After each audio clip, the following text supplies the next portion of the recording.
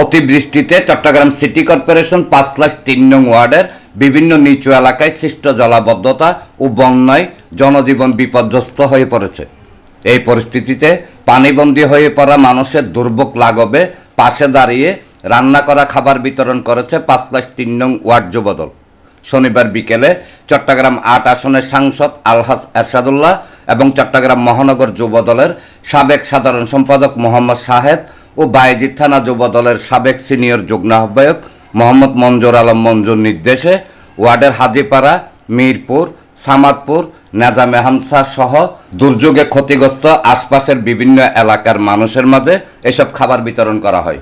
খাবার বিতরণ কর্মসূচিতে বায়েজিদ থানা যুবদলের সাবেক যুগ্ম আহ্বায়ক মোহাম্মদ নেজাম জানে আলম, সাবেক সদস্য মোহাম্মদ আফসার, যুগ্ম সম্পাদক মোহাম্মদ আলাউদ্দিন, ৫/৩ নং ওয়ার্ড যুবদলের সাবেক আহ্বায়ক মোহাম্মদ হাসান, ওয়ার্ড যুবদলের সাবেক সিনিয়র যুগ্ম আহ্বায়ক মোহাম্মদ আনোয়ার, মোহাম্মদ তারেক, মোহাম্মদ ফারুক, জামাল বাদশাহ, মোহাম্মদ করিম, মোহাম্মদ ইসাক, রুবেল, রাজু, চট্টগ্রাম মহানগর ছাত্রদলের সাবেক সহসাধারণ সম্পাদক এস.এম. হাসনাত, ইসলামিয়া কলেজ ছাত্রদল নেতা জাহেদ হোসেন ইফতি সহ আরও অনেকে অংশ নেন।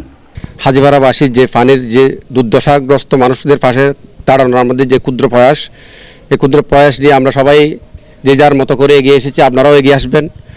এই যে সামান্য কিছু ত্রাণ দেওয়া মানুষদেরকে, এটা তো সমাধান, এভাবে সমাধান হবে না। এগুলো জাস্ট আমরা মানুষের দুর্দশার সামান্য কিছুটা লাঘবের চেষ্টা করতেছি। আমাদের চট্টগ্রাম মহানগর যুবদলের সাবেক সাধারণ সম্পাদক, চট্টগ্রামের কৃতি সন্তান মোহাম্মদ শাহেদ এবং বায়েজিদ থানা যুবদলের সিনিয়র যুগ্ম আহ্বায়ক মঞ্জুর আলম মঞ্জুর নির্দেশনায় চট্টগ্রামের ৮ আসনের এমপি অভিভাবক আলহাজ এরশাদুল্লাহর নির্দেশনায় আমাদের যে ৫/৩ নং ওয়ার্ড যুবদলের সামান্য ক্ষুদ্র যে মানুষের কাছে সামান্য একটু খাদ্য আমরা নিয়ে এসেছি।